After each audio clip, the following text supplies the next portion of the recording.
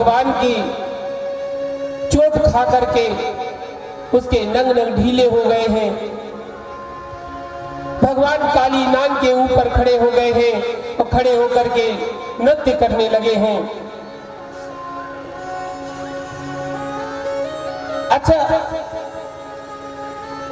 भगवान ने जो काली नाग के ऊपर कृपा करने की बात आई है, काली ने मन में सोचा था कि प्रभु आपके चरणों की रज हमें मिल जाए। भागवत जी में सिर्फ 2 भक्त ऐसे हैं जिनके ऊपर भगवान ने अपना चरण रखा है। कौन कौन से भक्त हैं 2? पता है किसी को? 2 भक्त कौन से हैं जिसके ऊपर भगवान ने अपना चरण रखा है? किसी को पता? कोई हाथ उठाए। नहीं है, सबको पता है, सबने सुना है। दूसरा भक्त काली है और पहला भक्त थे राजा बलि। राजा बलि के ऊपर भगवान ने अपना चरण कमल रखा और चरण कमल रखने के बाद भगवान ने उनको कृतार्थ किया है। कहता है काली, न नाग पृष्ठम न च सार्वभौमम न पारमेष्ठ्यम न रसाधिपत्यम न योग सिद्धिर पुनर्भववा वांछति यदपाद रजा प्रपन्नः। हे भगवान, मुझे ना तो नाग पृष्ठ, ना तो मुझे स्वर्ग चाहिए, ना ही मुझे इस पृथ्वी का सार्वभौम यानी ब्रह्मा नहीं मुझे बनना है भगवान। ना मुझे सम्राट बनने की इच्छा है, ना मुझे ब्रह्मा बनने की इच्छा है, ना मुझे पाताल लोक का राज्य चाहिए भगवान। मुझे तो सिर्फ आपके चरणों की रज मिल जाए। हे प्रभु, बस मेरी यही कामना है कि आपके चरणों की रज मुझे प्राप्त हो जाए तो मैं कृतार्थ हो जाऊं।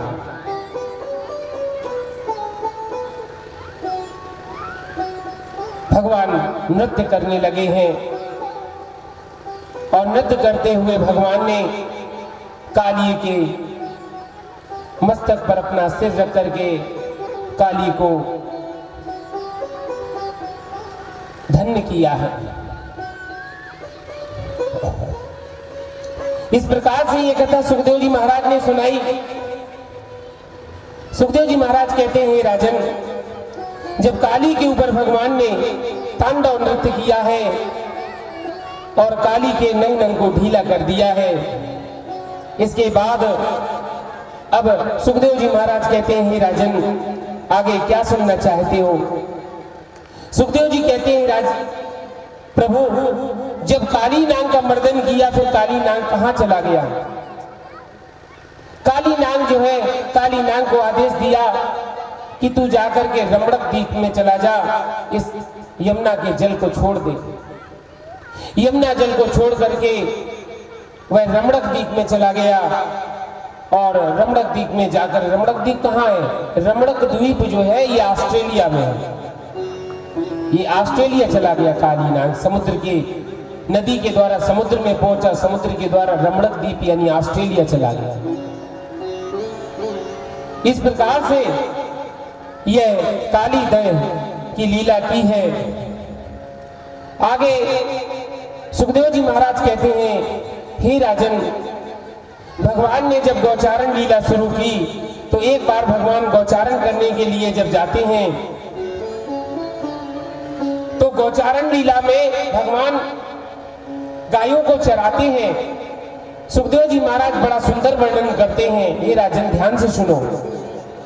अक्षन्वितां फलमिदं न विदामः सख्यं पशून् विवेश्य तूर्वैश्य। ये आंखों का फल क्या है? आंखों का फल है भगवान क्या चिंतन करना। बरहा पीडम नटवर वपु कर्ण्यो कर्णिकारम विभ्रदवासम कनक कपिशं वैजयन्ती च मालायां रन्ध्रान् वेणुरधर सुधियो पूरयन् गोपी वृन्दे वृन्दावन्यं स्वपदरमणं प्रविशद गीत कीर्तिः। अच्छा, बरहा पीडम का अर्थ होता है भगवान। बरहा माने होता है मोर। मोर के पंख को लगाए हुए हैं, मोर मुकुट। नट वर वपु यानी नटों जैसा वेश धारण किए। नट कैसा वेश धारण करते हैं? नट जो है, नट के समान अपने कानों में कनेर के फूल लगाए हुए हैं। विभ्रद वासम कनक कपिशम, और बढ़िया सुंदर पीताम्बर धारण किए हुए हैं। वैजयंती की माला पहने हुए हैं। और रंध्रान वेणु रधर सुधियो, और अपने हस्त कमल में वेणु लिए हुए हैं। उस वेणु में, अच्छा, वेणु में कितने छेद होते हैं? वेणु में 9 छेद होते हैं। वेणु को बांसुरी कहते हैं। और वंशी में 12 छिद्र होते हैं। और मुरली जो होती है, मुरली में 7 छिद्र होते हैं। आज वेणु को लिए हुए हैं भगवान, और वेणु को लिए हुए उसमें उसके जो छिद्र हैं, उन छिद्रों में अपने अधरामृत को उड़ेल रहे हैं। अधरामृत को उड़ेलते हुए भगवान उस वृंदावन में आज गौचारण कर रहे हैं। उनके सुखदेव जी महाराज कहते हैं, राजन इति वेणु रवराजन सर्वभूत मनोहरम श्रुत्वा ब्रज स्त्रियः सर्वे वर्ण्यन्तो भिरे भिरे। अच्छा, वेणु का जब नाद सुना है तो ब्रज की जितनी भी स्त्रियां थी, सारी गोपियों ने आकर के भगवान का दर्शन किया।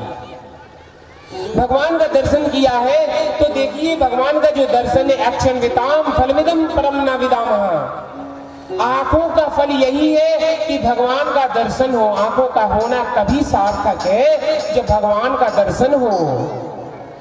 और सख्यम पशुनोन विवेश यतोर वैश्य, अपनी सखाओं के साथ में पशु चारण कर रहे हैं भगवान। और इस प्रकार वृंदावन में स्वच्छ शारदीय जलाशय से परिपूर्ण था। स्वच्छ जलाशयों से खिले हुए कमल गुच्छों की सुगंध वाली वायु, शीतल मंद सुगंधित वायु बह रही थी। और गायों तथा ग्वाल सखाओं के साथ अच्युत भगवान ने उस वन में प्रवेश किया। मोर मुकुट की लटक को जो देखे सो आंख, और जो ना देखे आंख को लटक को, आंख नहीं वो पांख। मोर मुकुट की लटक को जो देखे सो आंख, और जो ना देखे लटक को सो आंख नहीं वह पांख। वह आंख नहीं है जिसने भगवान का दर्शन नहीं किया। हे राजन, उस छवि का दर्शन कर।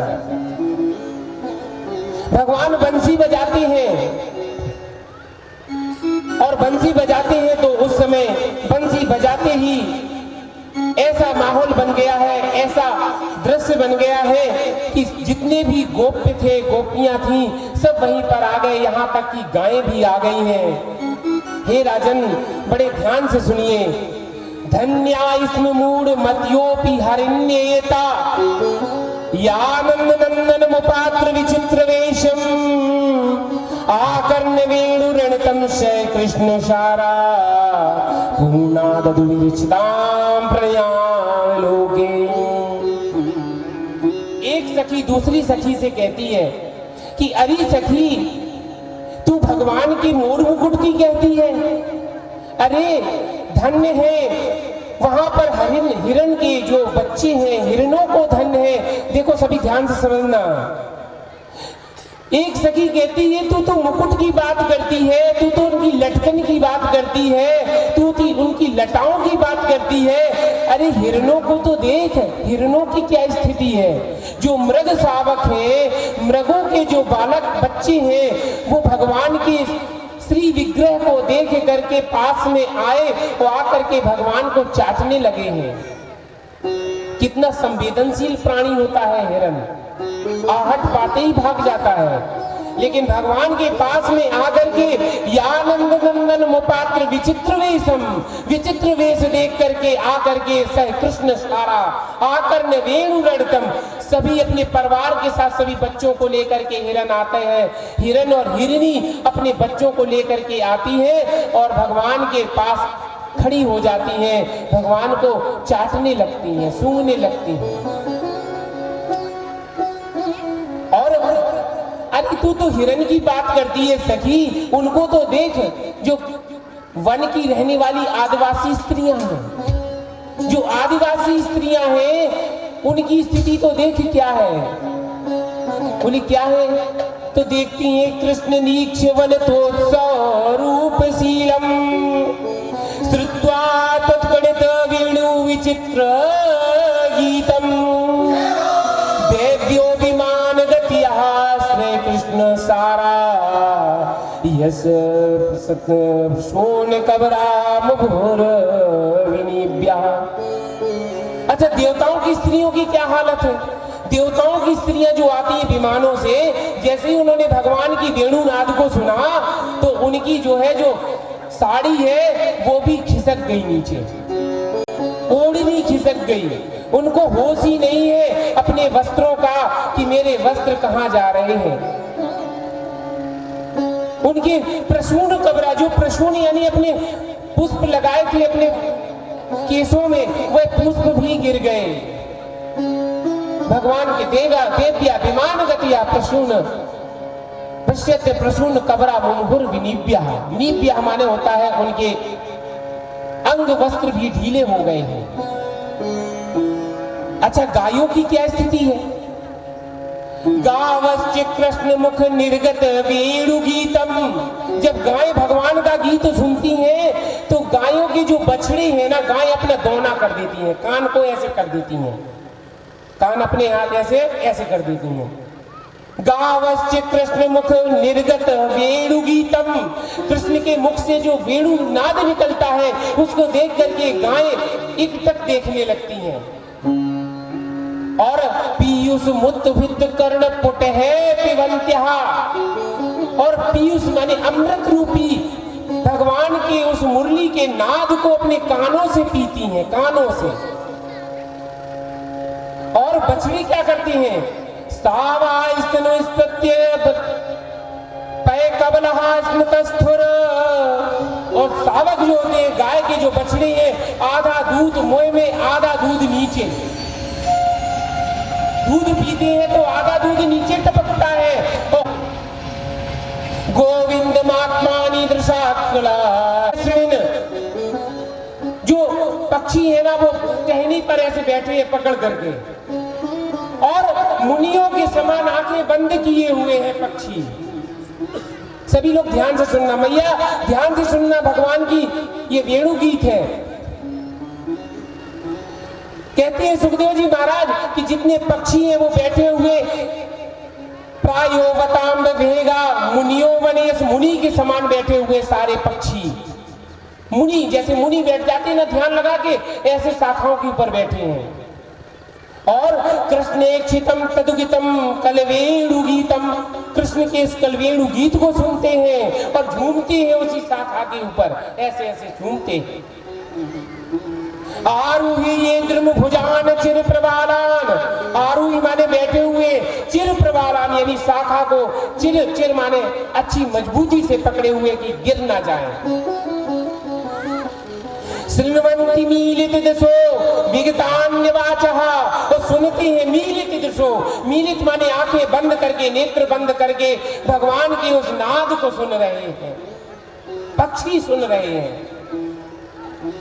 अरे सखी तू तो पक्षी की कहती है, नदियों की तो स्थिति देख क्या है, नदियों की स्थिति क्या बन गई। नद्यस्तदा तदुपधार मुकुंद गीतम। जब नदियां भगवान का गीत सुनती हैं तो नदियां दो भागों में बट गई, यमुना दो भागों में बट गई। कैसी बट गई है? आवर्त लक्षित मनोभाव भग्न वेगा और आलिंगन स्थगित भूर्मि भुजैर मुरारे गृह्यन्ति पादयुगलम कमलोपहारा। भगवान के चरण कमलों को दोनों तरफ से घेर लिया आकर के और अपने कमल के पुष्पों को ला करके भगवान के चरणों में डाल दिया। ये यमुना देवी की स्थिति है। कैसे? क्योंकि यमुना सोच रही मेरे पति है ना, और पति के चरणों में कमल के पुष्प को चढ़ाने के लिए यमुना ने दोनों तरफ से दो वेग बना करके भगवान को घेर लिया, जैसे अपने हृदय से भगवान को लगाना चाहती है। अरे सखी, एक सखी कहती है, अरे सखी तू तो कहती है उसकी नदी की बात करती, यमुना की बात करती है, तू आदिवासी स्त्रियों के बारे में तो देख पहले। आदिवासियों की जो स्त्रियां हैं ना, आदिवासियों की जो जंगलों में रहती हैं, उनकी स्थिति क्या है? उन्होंने तो जाकर के जितने भी जो नीचे घास लगी हुई थी, उस घास में पूर्ण पुलिंद उर्गाय पदांजरागम, नीचे से हाथों को ऐसे ऐसे घास पे किया है, ऐसे ऐसे घास के ऊपर हाथ को फेरा है, हाथ को फेर करके कहीं भगवान के चरणों का रज, भगवान के चरणों का जो कुमकुम है, जो महावर है, वह कुमकुम कहीं भगवान के चरणों का इस घास में ना लग गया हो, तो इस घास से वो ऐसे ऐसे बटोरती हैं, हाथों में लेकर के अपने स्तनों में मलती हैं। उर्गाय पदांजरागम श्री कुंकुमेन दैत स्तन मंडतेन, स्तन में मल लेती हैं। और तद दर्शन स्मरजिस्त्रे तृण रूसितेन, उनका दर्शन करते हुए तृणों को, उन तृणों से उस महावर को, उसको रंग को, उसको कुमकुम को, उनके चरणों की रज को पाती हैं। और पा करके लिम्पन्ते आनन कुचेसु जहस्त्राधिम, अपने स्तनों में मलती हैं, अपने शरीर में मलती हैं, कहती हैं। और यह अनुभव करती हैं जैसे कोई पत्नी अपने पति का आलिंगन करके जो सुख, जो अनुभव प्राप्त करती है, वही आज उस आदिवासी स्त्रियों को भी भगवान का आलिंगन प्राप्त हो रहा है, क्योंकि उनका इतना भाग्य नहीं है कि भगवान का आलिंगन कर सकें। इसलिए भगवान के उन चरण रज को अपने शरीर में लगा करके ये अनुभव करती हैं कि हमें भगवान का ही आलिंगन हो रहा है, कन्हैया का आलिंगन हो रहा है। इस प्रकार से गौचारण लीला में सुखदेव जी ने बहुत अच्छा वर्णन किया है। अब देखिए आगे सुखदेव जी महाराज कहते हैं, हे राजन, यहां पर एक बार की बात है,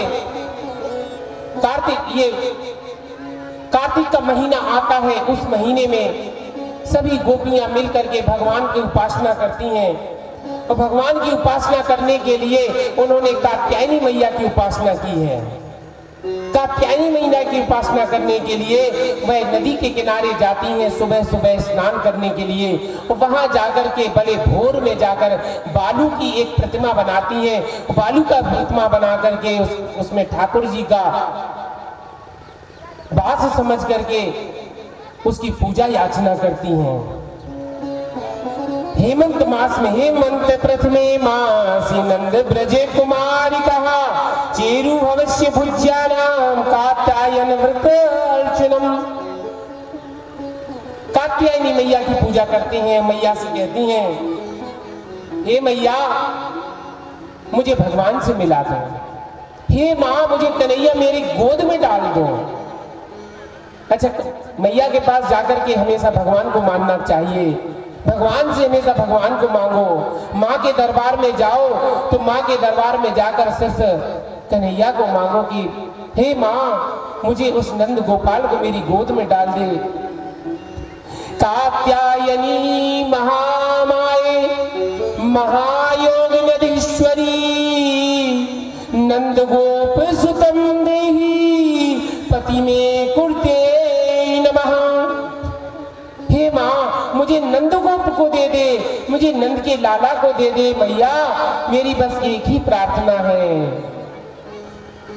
अच्छा एक बात बताओ, मैया के दरबार में आप सब जाते हैं, कभी ये कहा है कि भगवान को मुझे गोद में डाल दो? किस किस ने कहा? सच सच बताना, पंडाल के नीचे बैठी हैं सभी। मैया बताओ, कोई हाथ उठा के कह दो कि कभी मैया से भगवान को मांगा किसी ने? मांगा किसी ने? कार्तिक का स्नान बहुत लोगों ने, बहुत मैया ने किया होगा। कभी किसी ने मैया से ये कहा कि मैया मुझे 1 महीने का जो फल है वो ये दे दो कि नंद का लाला मेरी गोद में डाल दो। कभी मांगा भगवान को? नहीं मांगा। अब आइंदा कभी भी, चलो प्रभु की कृपा है, एक मैया ऐसी है जिन्होंने ये कहा है कि मैंने नंद के लाला को मांगा है। भगवान से जो मांगा जाता है वो जरूर मिलता है। इसलिए आज के बाद कभी भी मैया के सामने जाएं तो कभी मैया से हमारे लाला को भी मांगना, गोविंद को भी मांगना। वो आपके पुत्र के स्वरूप में लाला बन करके आएंगे और आपको वही सुख देंगे जो भगवान ने अपनी मैया यशोदा को दिया है। बोलो नंद के लाला की जय।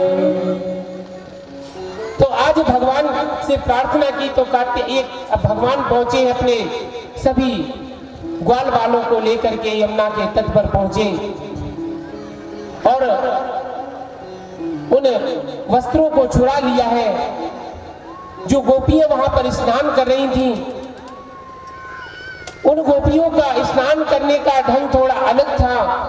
उन्होंने वस्त्रों को एक तरफ रख करके निर्वस्त्र स्नान कर रही थी और जल में निर्वस्त्र स्नान करना पाप माना जाता है क्योंकि वरुण देव का वास होता है और वरुण देव क्रोधित हो जाते हैं, नाराज हो जाते हैं। भगवान ने इसीलिए वो वस्त्र चुराए हैं जिससे कि उन गोपियों को ये एहसास हो चुके कि हम अपराध कर रही हैं।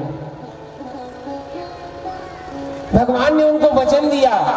जब उन्होंने उनके वस्त्र चुरा लिए तो भगवान एक कदम के वृक्ष के पास में छिप जाते हैं।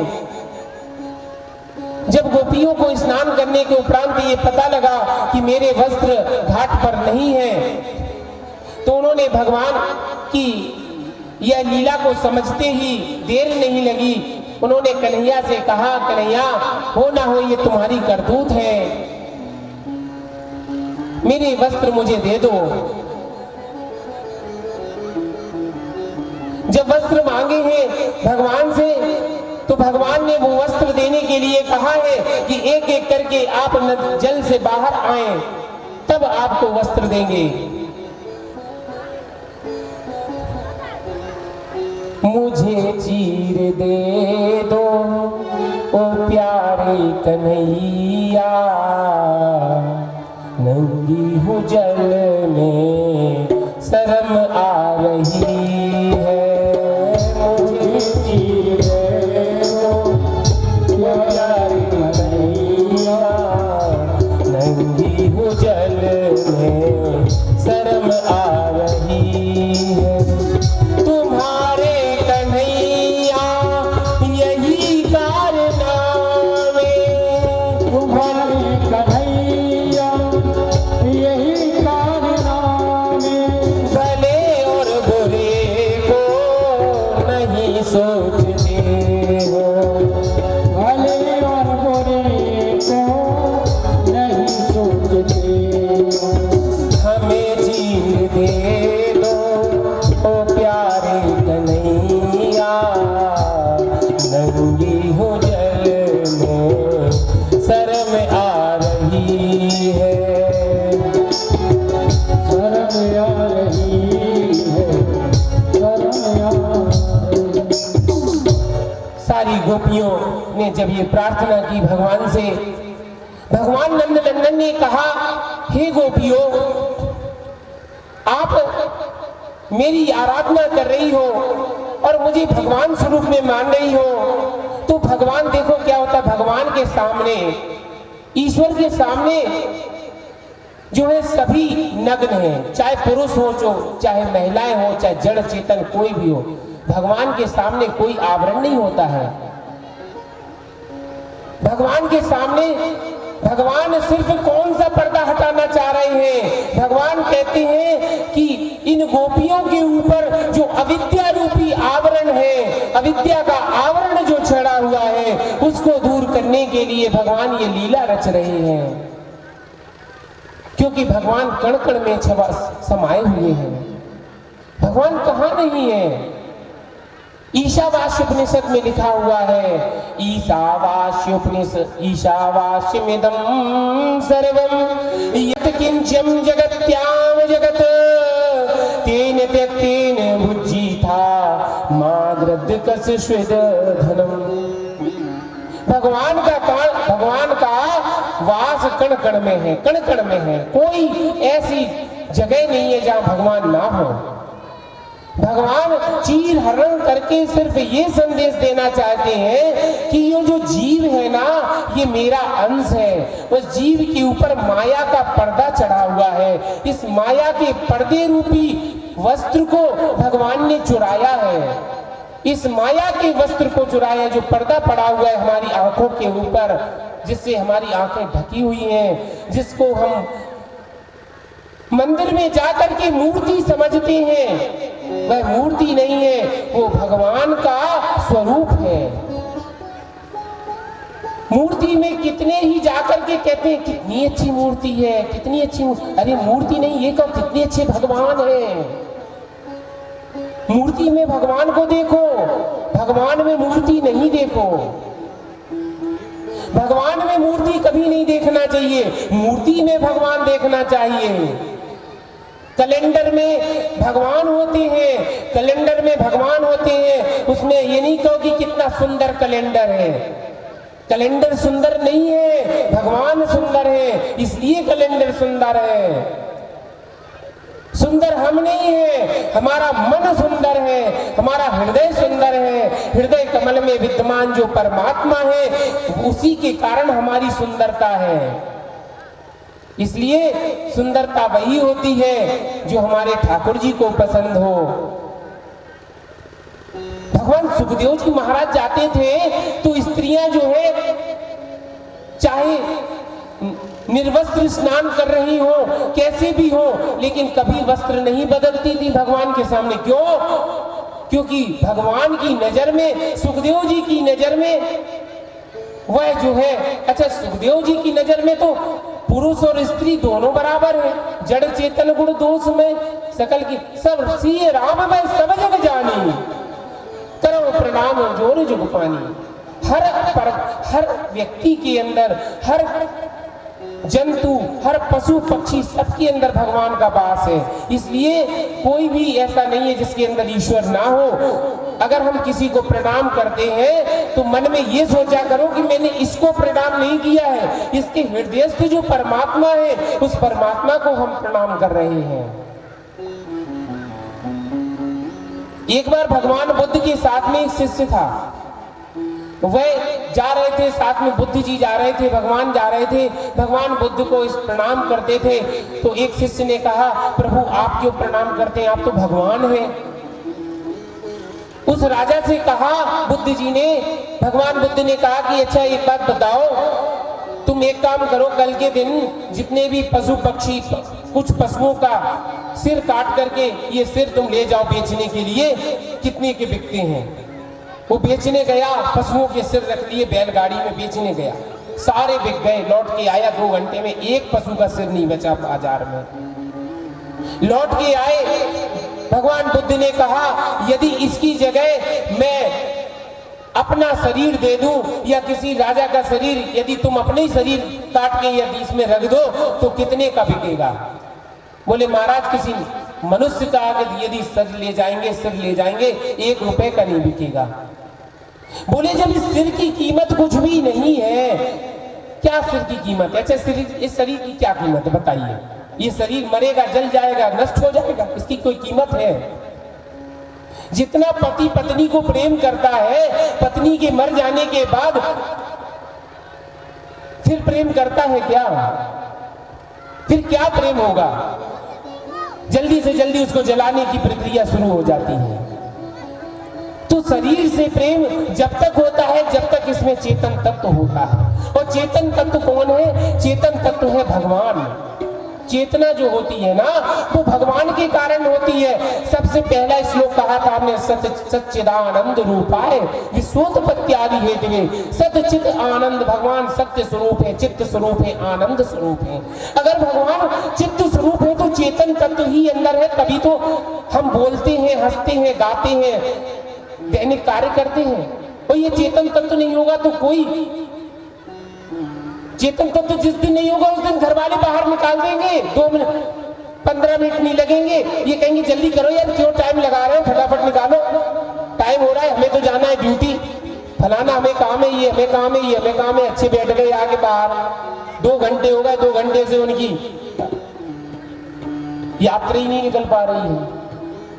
1 घंटा 2 घंटा भी बैठ जाता है आदमी तो बुलाने लगता है कि कितना टाइम हो गया, कितनी देर लगा रहे हैं, अरे आ जाएंगे रिश्तेदार, आते रहेंगे, तुम तो अपना काम करो। तो किसी को समय नहीं होता है, इसलिए शरीर की कोई वैल्यूएशन नहीं है, इस शरीर का कुछ भी नहीं होने वाला है। यदि ये शरीर किसी के सामने झुक जाता है तो इसमें कौन सी परेशानी है। यदि हम किसी के चरण छू लेंगे, किसी को राम राम उपज के खुद कर लेंगे तो कौन सा पाप हो जाएगा। अरे तुम्हारे कारण यदि वो पापी भी होगा ना, तुम राम राम करोगे तो उसके मुंह से भी तो राम राम निकल जाएगा। अगर आप अपने शत्रु को भी यदि राम राम कर लेंगे तो वो शत्रु भी आपका एक दिन मित्र बन जाएगा। वो भी एक दिन ये सोचेगा कि यार ये हम तो इससे बुराई रखते हैं, रोज रोज राम करता है तो हम ही में कमी है, इसका मतलब। तो अपने आस पड़ोस में कहीं भी कोई भी हो, यदि हम अपने अंदर अहंकार ही तो मनुष्य को खा रहा है, अहंता और ममता, ये 2 ही चीजें तो मनुष्य की बाधक है हर चीज में। और जिस दिन अहंता और ममता ये दूर हो जाएगी उसी दिन मनुष्य के सब प्रेमी हो जाएंगे, चाहे आस पड़ोस के हो चाहे कोई हो। अरे आज नहीं तो कल बदलेगा बदलेगा बदलेगा, एक समय ऐसा आएगा कि बदलना होगा उसे। इसलिए अहंकार मत करो, अभिमान मत करो। अभिमान ही मनुष्य का सबसे पतन का कारण होता है, इसलिए मनुष्य को अभिमान नहीं करना चाहिए। यदि हमें कहीं झुकना पड़ता है तो झुक जाना चाहिए, झुकने से कुछ नहीं होता है। गोपियों ने भगवान ने गोपियों के सामने ये प्रस्ताव रखा। गोपियों ने भगवान को अपने स्वरूप में समझ लिया कि हमारे अंदर भी भगवान है, हमारे बाहर भी भगवान है। गोपियों ने दोनों हाथ ऊपर खड़े करके यमुना जल से बाहर आई। अच्छा, अब कुछ लोग सोचते होंगे कि भगवान ने ये जो लीला की है, भाई कई लोगों के अंदर विकार होता है, कई लोग भगवान को गलत समझते हैं कि भगवान ने ऐसा किया, भगवान ने चीर हरण किया। भगवान ने चीर हरण जो किया है ना, वो चीर हरण प्रक्रिया जब हुई है तो ये जो है भगवान ने उस समय, भगवान की अवस्था पता है कितनी थी? भगवान की अवस्था थी 9 वर्ष 11 माह। अच्छा, 9 वर्ष की अवस्था का बालक जो होता है उसके अंदर काम विकार नहीं होता है। 9 साल के बच्चे में, 8 साल के बच्चे में काम विकार होता है? नहीं होता है ना। तो फिर उस बच्चे, भगवान बाल रूप में है, क्यों इतना पाप लेते हो आप लोग? कितना कुछ यहाँ वहां से सुनने को आता, भगवान ने ऐसा किया, भगवान ने ऐसा। भगवान ने जो कुछ किया है वो आप नहीं कर सकते। कन्हैया ने जो कहा है वो करो, भगवान राम जी ने जो किया है वो करो। अगर कन्हैया की नकल करोगे ना तो उसी दिन जेल चले जाओगे। कन्हैया ने अविद्या रूपी आवरण को दूर किया है और इस प्रकार से यह चीर हरण लीला की, और भगवान ने गोपियों को आश्वासन दिया कि आगे आने वाला जो अगली बार जो आएगा, पूर्णिमा आएगी 1 वर्ष बाद, उस पूर्णिमा के दिन हम आपके मनोरथों को पूर्ण करेंगे। इस प्रकार से एक दिन भगवान, सुखदेव जी महाराज कहते हैं, एक दिन भगवान क्या हुआ, सभी गोप ग्वालों के साथ घूमते घूमते मथुरा के पास पहुंच गए।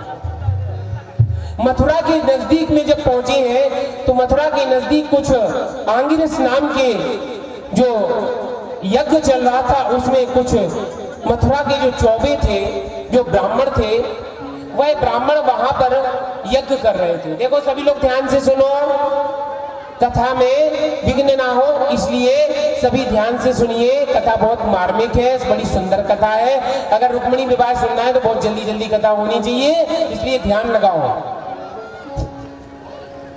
अब जहां पर चौबे जो ब्राह्मण थे मथुरा के, वो यज्ञ कर रहे थे, आंग्रस नाम का सत्र कर रहे थे। वहां पर कन्हैया गौचारण करते करते पहुंच गए।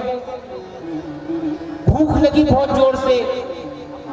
मधुमंगल ने कहा, लाला मुझे बहुत भूख लग रही है। मनसुखा कहने लगा, लाला मुझे भी भूख लग रही है।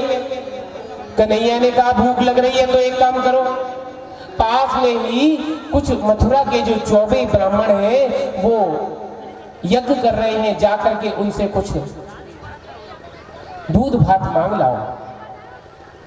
वह दूध भात मांगने के लिए गए हैं और वहां जाकर के कहा, क्या कहा, हे भूमि देवा शृणुत कृष्णस्य देशकारिणः प्राप्ता जानीत भद्रम वो गोपान्नो राम चोदितम्। हे ब्राह्मण देवता, हे भूदेव, यहाँ पर हमारे कन्हैया गौचारण कभी नहीं दिखा गया, थोड़ा सा भी हुआ डिस्टर्ब।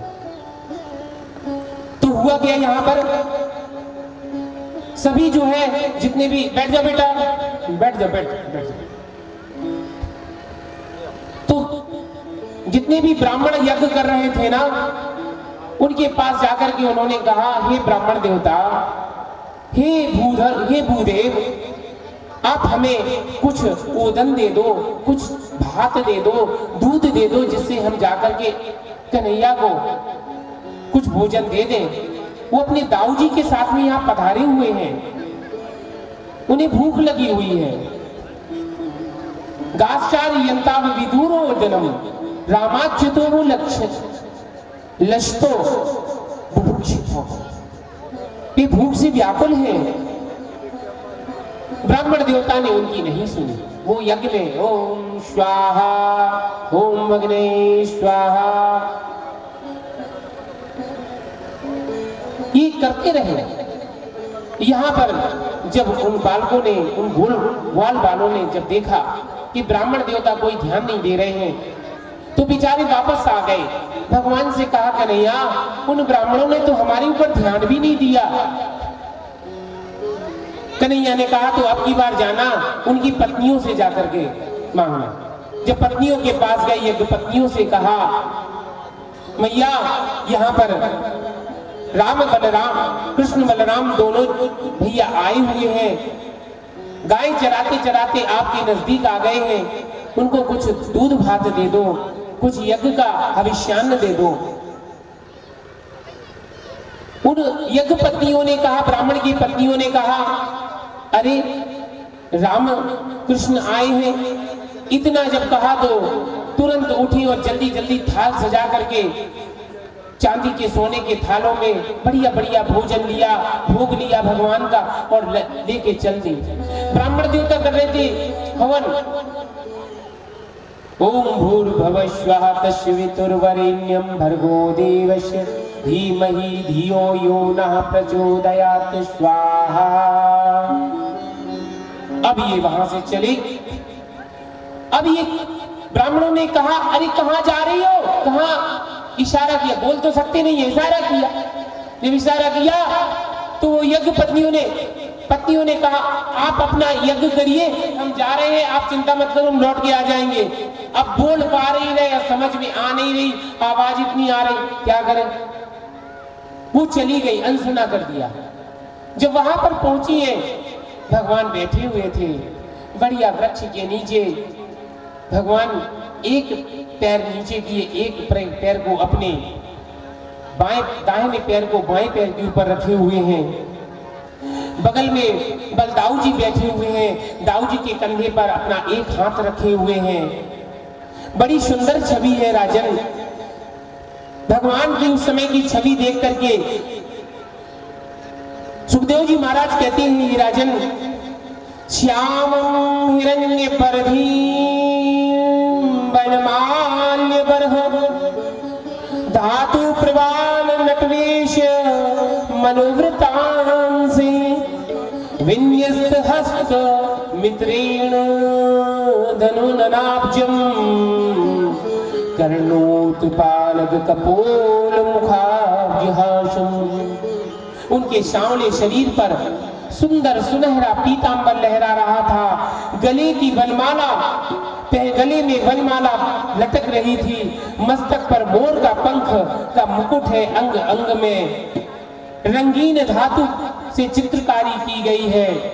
नए नए कोपलों के गुच्छे शरीर में लगाकर नट का वेश धारण करा है। एक हाथ अपने सखा ग्वाल बाल के ऊपर रखे हुए हैं और एक हाथ जो है अपने कंधे पर ऐसे लगाए हुए हैं और एक हाथ ऐसे लगाए बैठे हुए हैं और दूसरे हाथ से एक हाथ से कमल का डंडी से पुष्प हिला रहे हैं। कानों में कुंडल झलक रहे हैं। कपोलों पे आकर के बढ़िया जो है कर्णोत्पालक कपोल मुखाब्जहासम और कपोल में बढ़िया मुख सुंदर मुस्कान है। ऐसी मुस्कान है कि जो करोड़ों कामदेव को भी लज्जित करने वाली है। ऐसे भगवान उस समय दिखाई देते हैं। भगवान ने कहा आइए आइए स्वागतम वो महाभागा आश्यताम करवाम किम यन्नोदिदक्ष्यः प्राप्ता उपपन्नम इदं हिवा। आओ यज्ञपत्नियों, आओ ब्राह्मण स्त्रियों, आओ गुरु पत्नियों, तुम्हारा स्वागत है। आइए बताइए किस लिए आई हो इस वन में। भगवान का दर्शन किया, भगवान को भोग लगाया, भगवान ने बढ़िया भोजन किया दूध भात का। जय श्री राधे। हमारे संगीत भैया गंधर्व स्वरूप गंधर्व के कृपा पात्र राजकुमार जी का व्यासपीठ से हार्दिक अभिनंदन स्वागत। उनको बहुत बहुत आशीर्वाद। जय श्री राधे। बहुत श्रेष्ठ तबला वादक हैं।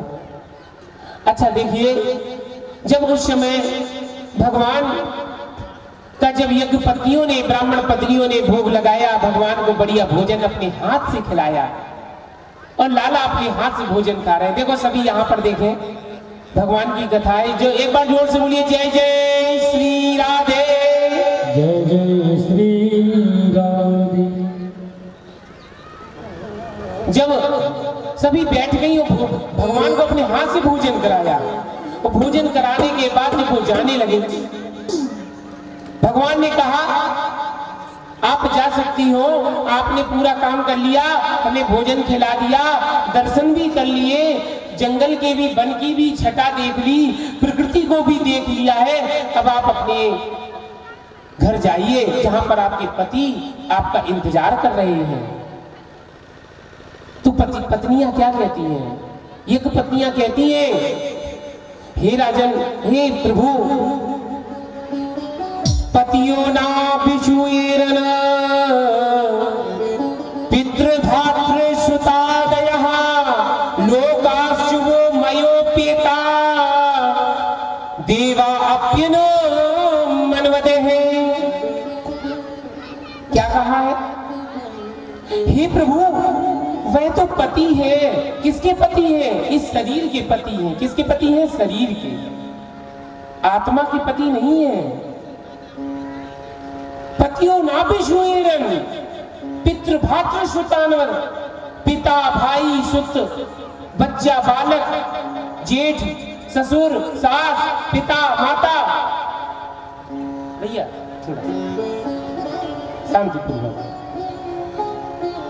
किसी भी प्रकार से उन्होंने कहा ये पति किसके हैं? इस शरीर के पति हैं और शरीर के पति हैं भगवान।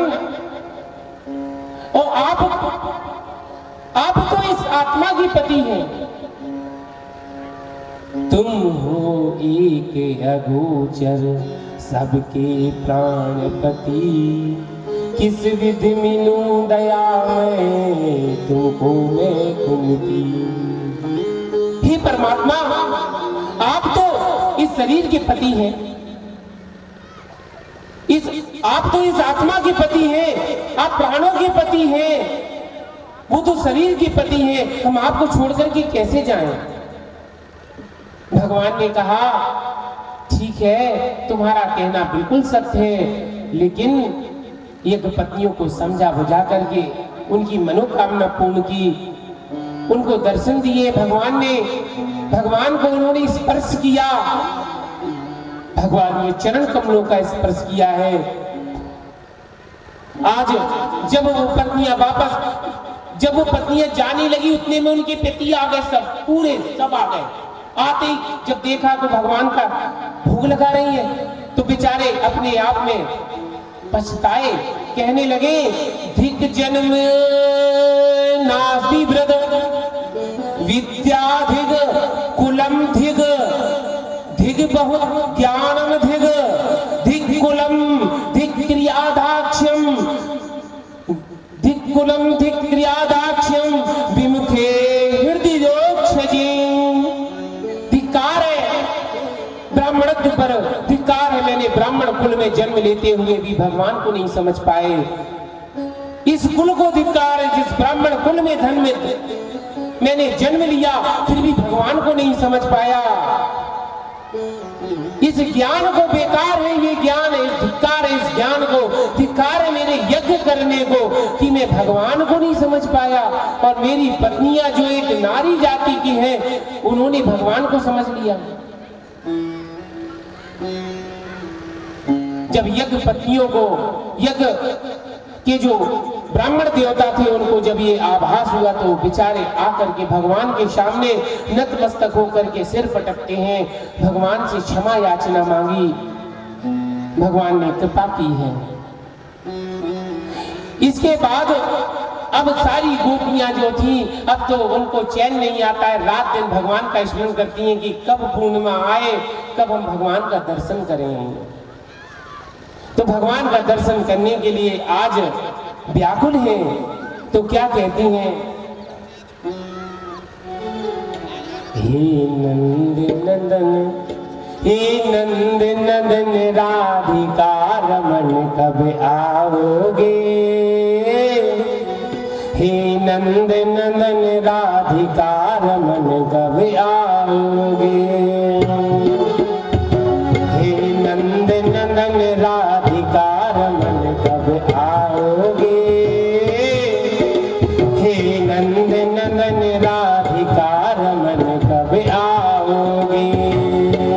अच्छा एक बात बताओ, भगवान को बुलाना है, भगवान का साक्षात्कार करना है ना, तो कोई भी लापरवाही नहीं करना। इस गीत में, इस संगीत में सबको डूब जाना है भगवान के चिंतन में, तो भगवान का आगमन होगा, तो परमात्मा तक पहुंचेगी, परमात्मा का अवतरण होगा यहाँ पर। इसलिए सबको बिल्कुल भगवान के प्रति तादाद बना करके मन हृदय इच्छा से भगवान को बुलाना है, ठीक है ना? सब साथ में रमन कब आओगे, हे नंद नंदन राधिका रमन कब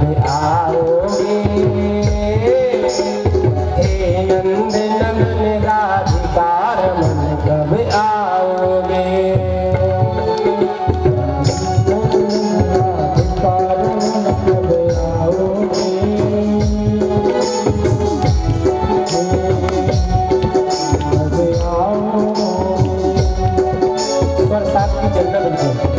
एक स्वर को, हे नंद नंदन राधिका रमन कब आओगे, हे नंद नंदन राधिका रमन कब आओगे,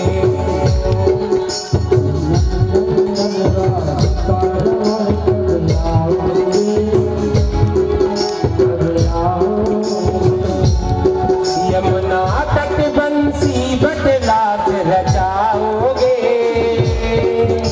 यमुना तट बंसी बटलाट रचाओगे, हे नंद नंदन राधिका रमन कब आओगे, बंसी बटलाट रचाओगे,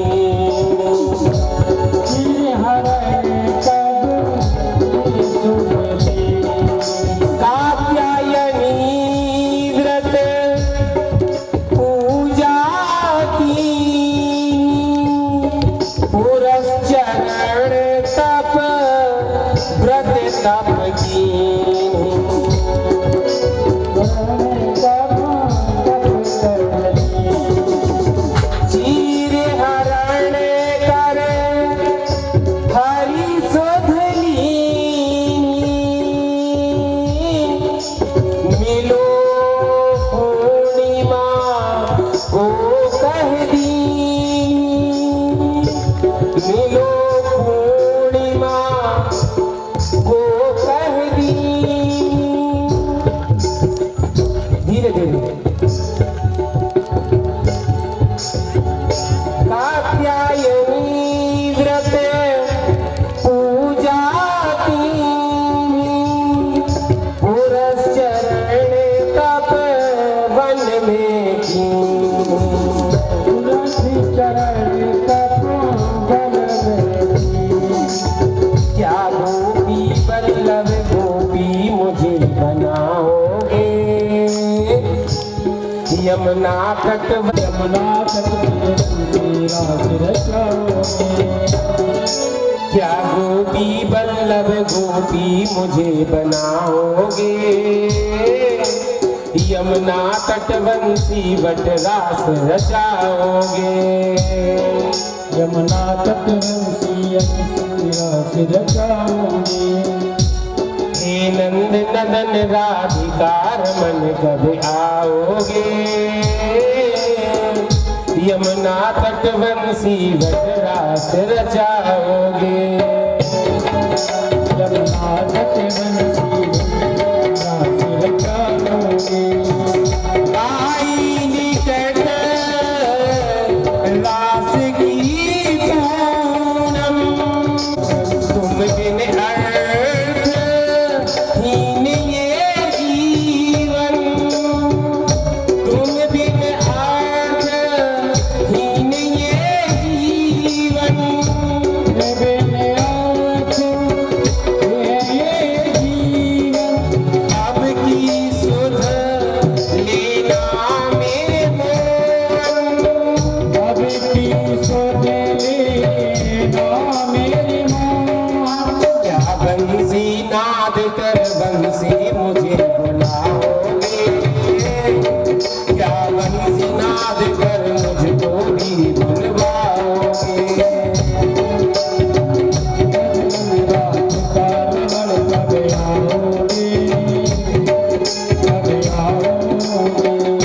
हे नंद नदन राधिका रमन कब आओगे बंसी नाद कर बंसी मुझे बुलाओगे।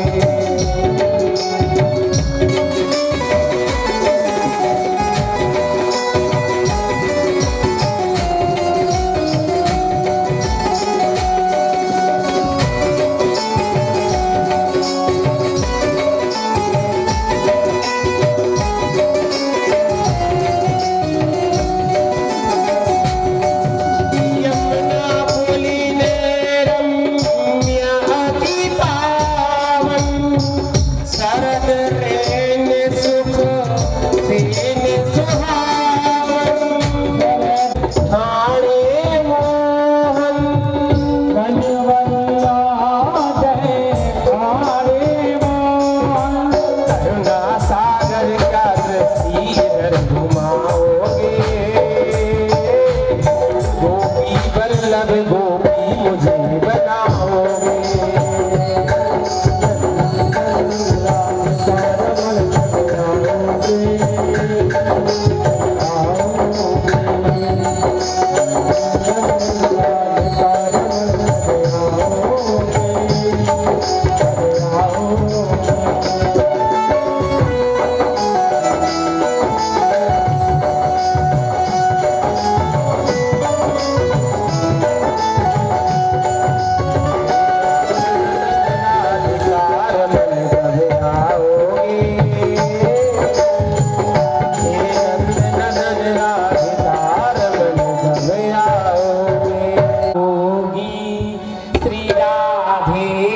कब कृपा होगी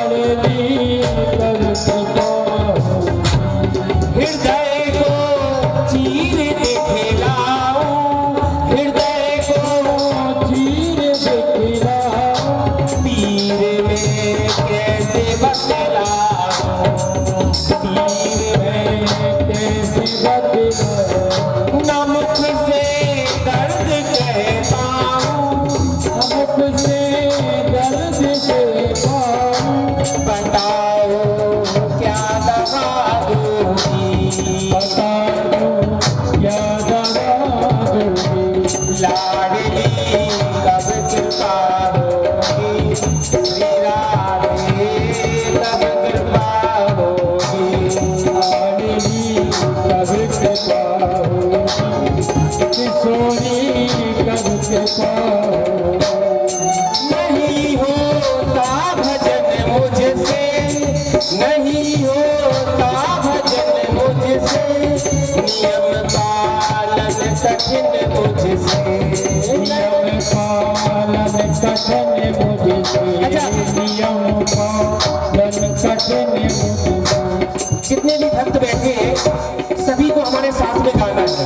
जब हम गाएंगे तो साथ में सब लोग गाएंगे, ठीक है ना? जो हम बोले सबको नहीं होता भजन मुझसे, नियम पालन कठिन मुझसे, नियम पालन कठिन मुझसे, नहीं साधन बना मुझसे, नहीं साधन बना मुझसे, नियम पालन कठिन मुझसे, नियम पालन कठिन मुझसे।